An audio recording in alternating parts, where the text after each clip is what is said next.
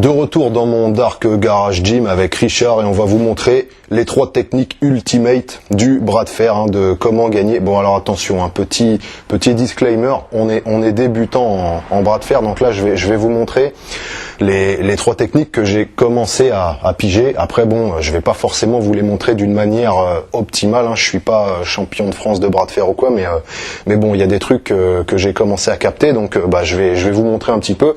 Vous allez voir, ça va être intéressant. Rien qu'avec ça, si vous allez traîner au bar ce soir, vous pourrez vous faire de la thune, vous allez niquer tout le monde. Alors niveau bras de fer, il y a génériquement 3 techniques de base. En tout cas, on nous en a montré 3 pour l'instant, hein, de ce qu'on a vu, même dans les tutos et tout.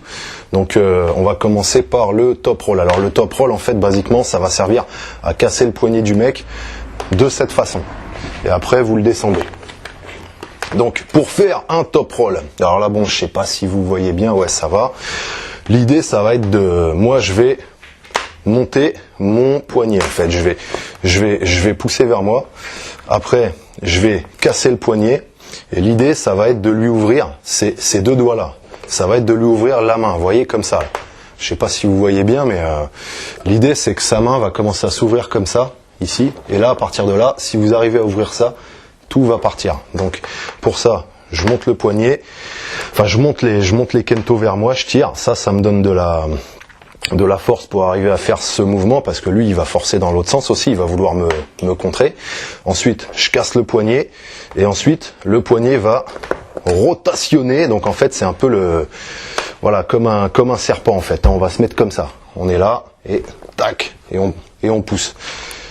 C'est l'attaque du cobra, hein, comme dirait notre grand maître spirituel David. Donc, poignet, 2, et on va tourner comme ça. En plus, le truc qui va donner un petit levier supplémentaire, c'est que le coude, il peut bouger, hein. Vous avez tout le pad qui fait 18 sur 18 pour bouger. Donc l'idée, ça va être de faire ce mouvement de poignet là, et en plus, je vais tirer avec le coude. Et là, ça offre pas mal de facilité. Là, son poignet est cassé. Et je peux le faire taper. Voilà. On se le fait un peu en réel. Allez. Vas-y, force. Pareil. Mettons, il est en train de m'avoir là. Ouais, là, il essaye de me le faire en fait. Lui, il aime bien les top rolls. Donc du coup, moi, mon but, ça va être de résister avec ces 2 derniers doigts pour l'empêcher justement de faire levier avec son poignet. Et en même temps, il faut que je force aussi avec le poignet. Mais bon, là, il ouvre sa main. Alors, je sais pas trop ce que je pourrais faire, à vrai dire. Moi, d'instinct, j'ai envie de le contrer et d'en refaire un. Voilà, donc là, il a utilisé une technique de fourbe. Il a utilisé un petit hack en fait au bras de fer. Si on lâche, c'est du flag par contre. Voilà, bon là ça se voit qu'il a fait exprès, mais bon, s'il voit que je suis en train de remonter et que je vais l'avoir, il peut voilà. Remets-toi un peu comme on était tout à l'heure. Voilà, on essaye de top roller, voilà, on part et tout, on peut faire style, on a lâché. Donc dans ce cas, on repart et puis ça lui évite de perdre. Il a une autre chance. Le four. Donc ça c'est un petit hack des règles qu'il a utilisées. Alors, donc top roll. Voilà, mais là son poignet est déjà pas mal cassé. Il va avoir du mal. Après, technique 2, c'est le hook. Alors en fait là l'idée c'est de mettre le bras du mec en supination. Donc moi je vais rester en prise marteau, là où j'ai le plus de force. Et lui par contre, son but ça va être que son bras tourne comme ça. Et de cette façon j'aurai plus de facilité à lui ouvrir le coude et ça va tirer juste avec son biceps. Donc pour faire le hook, je vais me placer un petit peu de ce côté là. Et ensuite je vais, alors au niveau du poignet ça va être pareil, je tire et en fait il faut que j'arrive à le casser comme ça.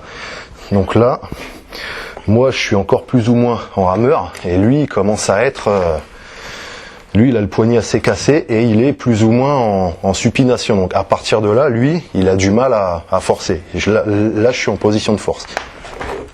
et après je viens le faire taper. Vas-y, fais-le moi. Voilà. C'est beaucoup plus dur de résister comme ça. Là, vas-y, refais-le moi.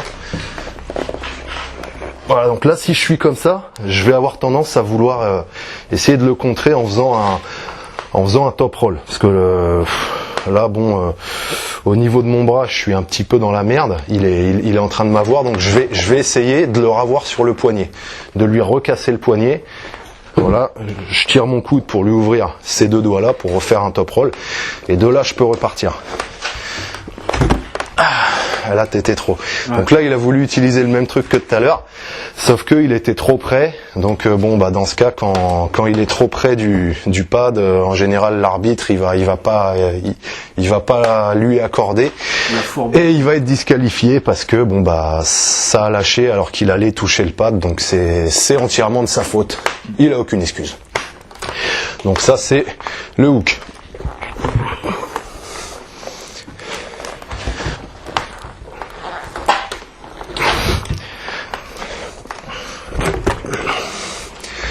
Voilà, le hook, donc bon en gros, top roll, on va ouvrir la main dans ce sens-là, le hook, on va la casser comme ça. Quand il y a des bons hooks qui sont faits, ça fait même carrément des clés de poignet. Hein. Des fois, on se fait limite arracher le poignet, rien que pour pas subir de contraintes par la douleur, on est obligé de venir parce que sinon le poignet il pète quoi. Voilà, et après, dernier truc, c'est la presse. Donc la presse en fait ça travaille avec le triceps. Donc pour la faire en gros je vais passer de ce côté là et je vais venir pousser avec mon triceps en fait, et je mets tout le poids du corps aussi. Bim.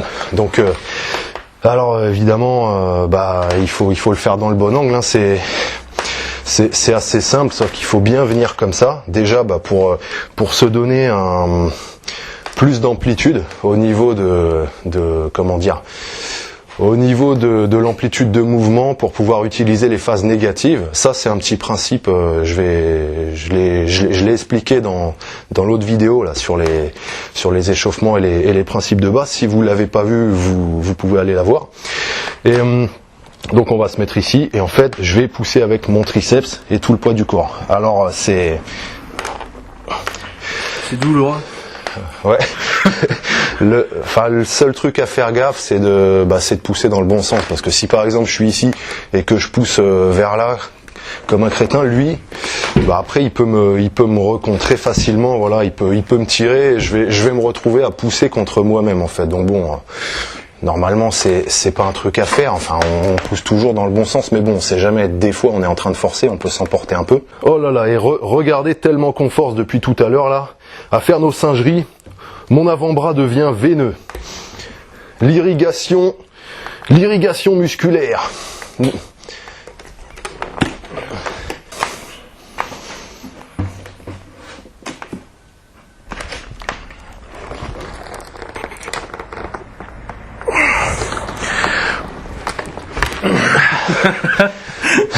Putain. Allez. Je teste un truc de vie.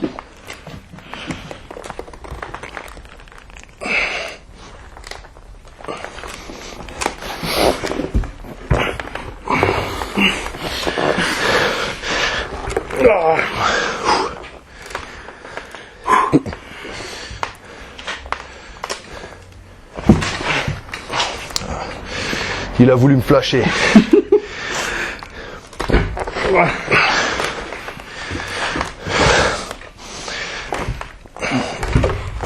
Le coup était sorti.